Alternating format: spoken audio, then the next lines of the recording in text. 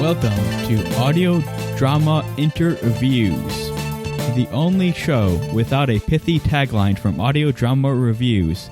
Then again, it doesn't need one. This episode is with Ansel Burch of Starlight Radio Dreams up in Chicago, Illinois. First question for you is, what is Starlight Radio Dreams about? So Starlight Radio Dreams is a comedy variety show. We started it in 2015. The original group that we got together for the foundation of Starlight Radio Dreams put it together with the express purpose of telling the stories that we wanted to tell in a way that we could be proud of.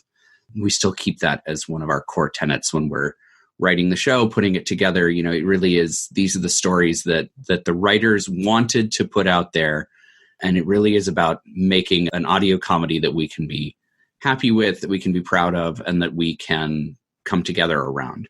It's a wonderful activity and community basis for both our staff and our fans. So it's been a really great adventure in that way. But Starlight Radio Dreams at its core is a variety show featuring serials.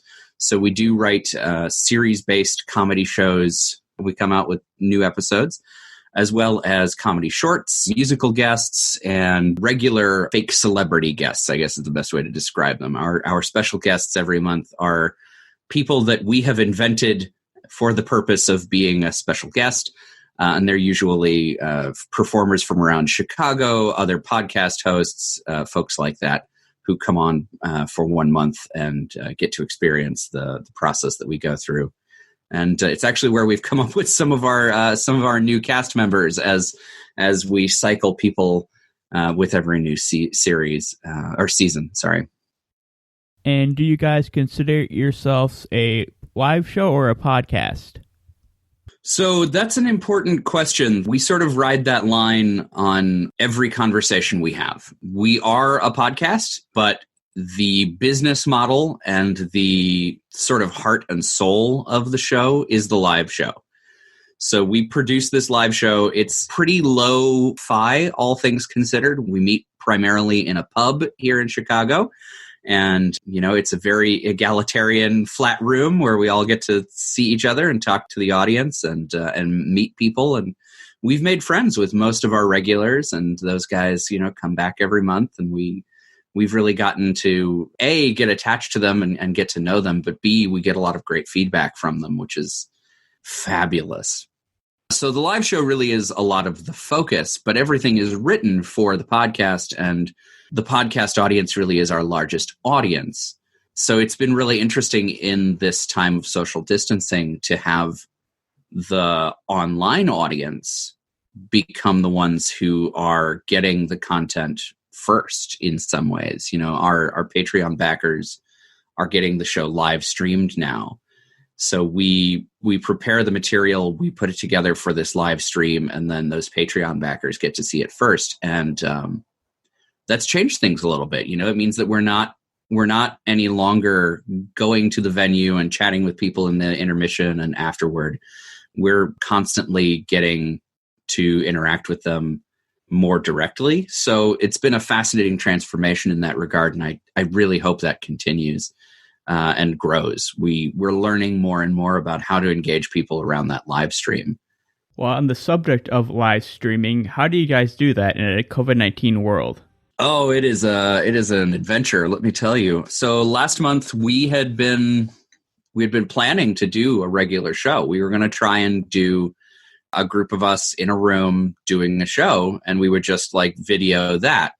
And then about 2.5 weeks before that, the recommendations changed. So as soon as that came down, we obviously had to change tacks immediately. So what we've been doing instead of full cast recordings is 1 and 2 person shorts that are still written in our style, still very much of what Starlight Radio Dreams does, and you know, full of the same kind of energy that we usually bring.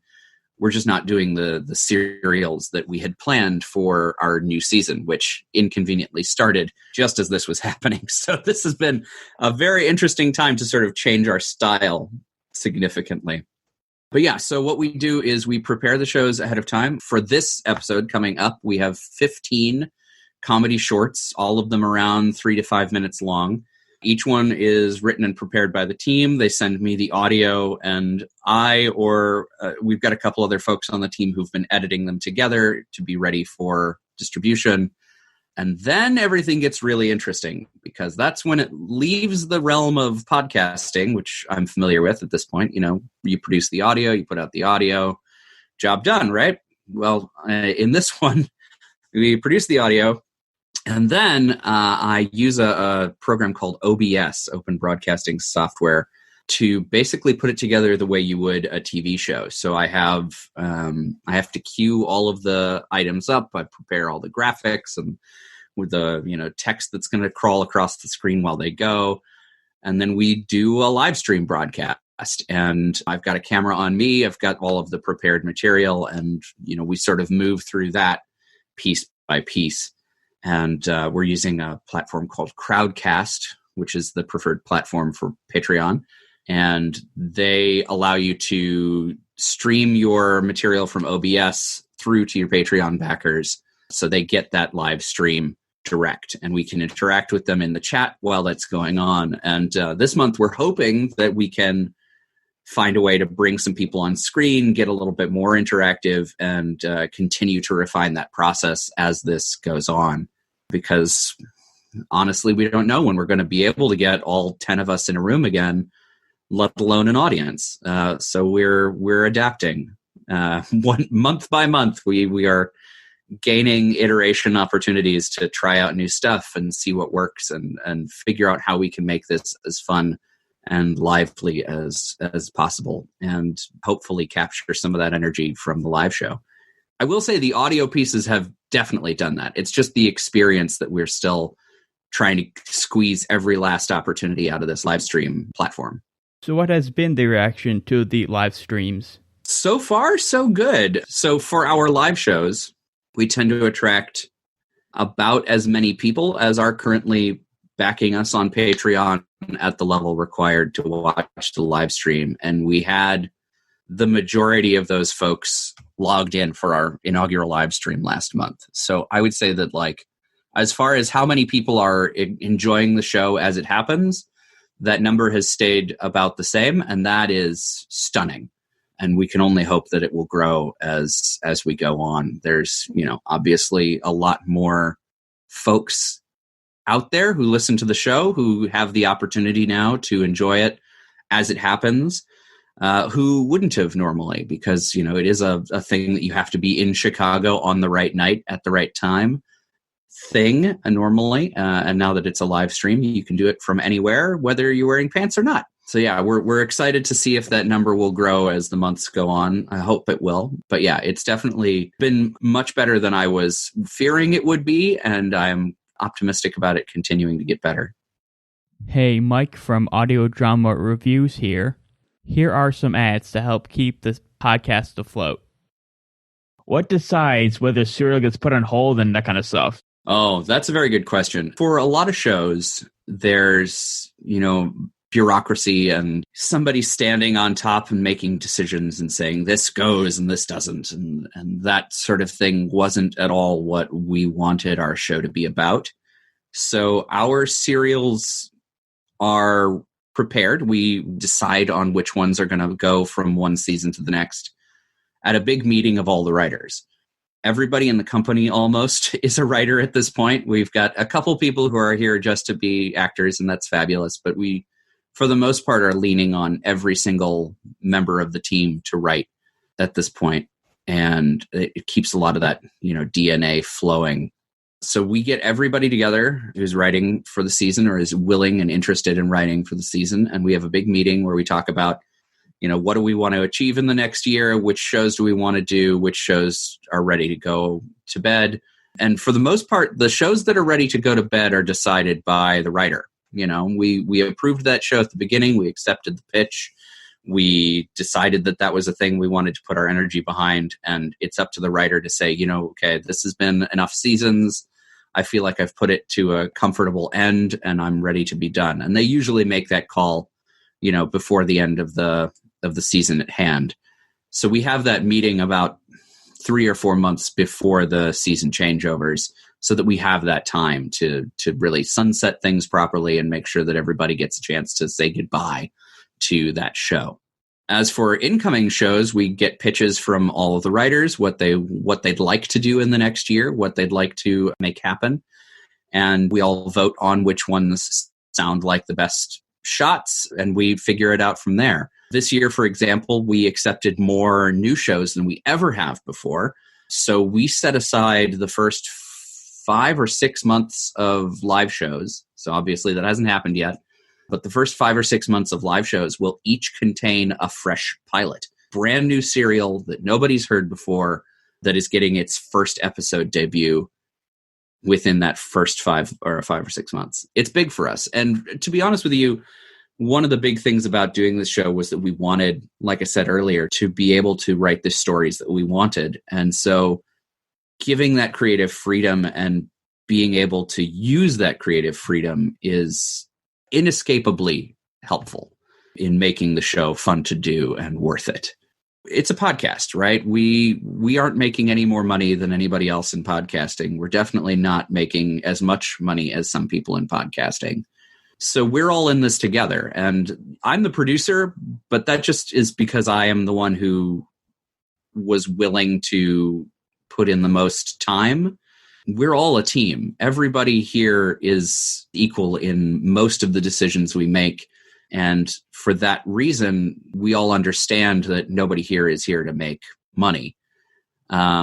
So we have to make it worth it in other ways. And one of the big ways to make it worth it is exactly that. You know, it's the chance to try out that weird concept that you're not sure if it's going to work, but everybody else thinks, yeah, it could be a lot of fun. So we work together to make it as awesome as possible and put it up. And that's really the core of what makes it all work. Who's your favorite character that you do not play as in either past or present shows? Well, so one of the reasons it's interesting is because we have so many layers of character.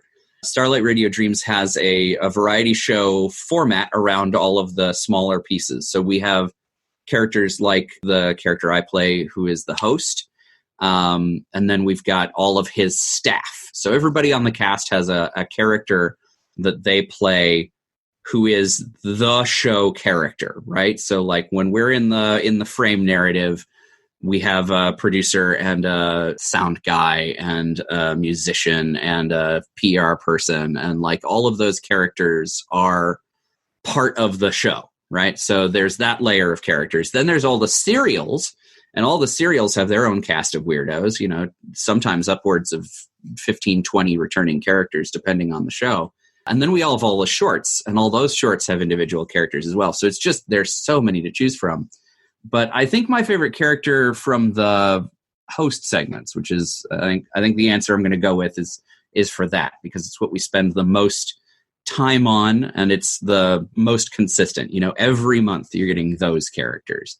We used to have a co-host for me, and when the show was originally conceived, the whole way that it worked was that my character, Burlington Showtime, was an old, out-of-touch Hollywood guy, and he had been paired off with his niece, Devon, who is a young, hip YouTube celeb. And so the interplay between the two of them and the miscommunications and picadillos that they had were a lot of the driving force of the show for a long time. If I could have played that character, that would have also been cool, I guess is the way I'm going to phrase that. Not that I want to play that character, not that I think I could do better, but if I had been chosen to play that character at the beginning, that would also have been cool.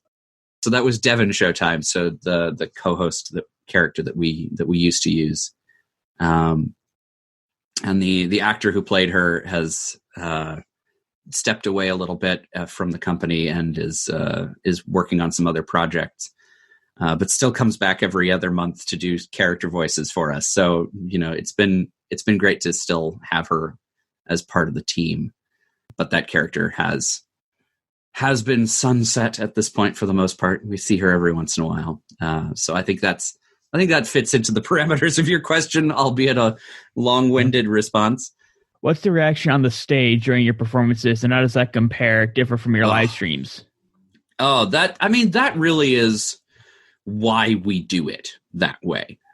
The performances live give us an opportunity to stand in front of people who have come on purpose to see this show and enjoy it. And, a lot of them are friends of ours or friends of the show, or they become friends of ours or friends of the show. So they're very supportive. And if there's one thing I will say is that we could do this show without the live audience, but we wouldn't. There's no point. We actually tried it. We did a brief period where we took the show into a studio every third month. And we thought that, that would be a fun experiment to see if maybe we got better stuff out of working in a studio for, 4 months out of the year. And it just didn't. We do much better in front of a live audience. Our cast is, trained actors for the most part. We're all folks who thrive on that interaction with living people who are sitting there in front of you, clapping and laughing. And it also makes the recording better. The sound of the audience in the recording really does give that warmth of experience to the podcast. I think, when you listen back, you can tell that the people in the room were enjoying something. And so even if we do something physical or something weird happens in the room, that is part of the recording now. And that recording gives the audience listening at home, whether they're in a car or at their desk at work, it gives them that connection to a group as well. So I really do think it makes such a huge difference to record live in front of a studio audience the way that we do.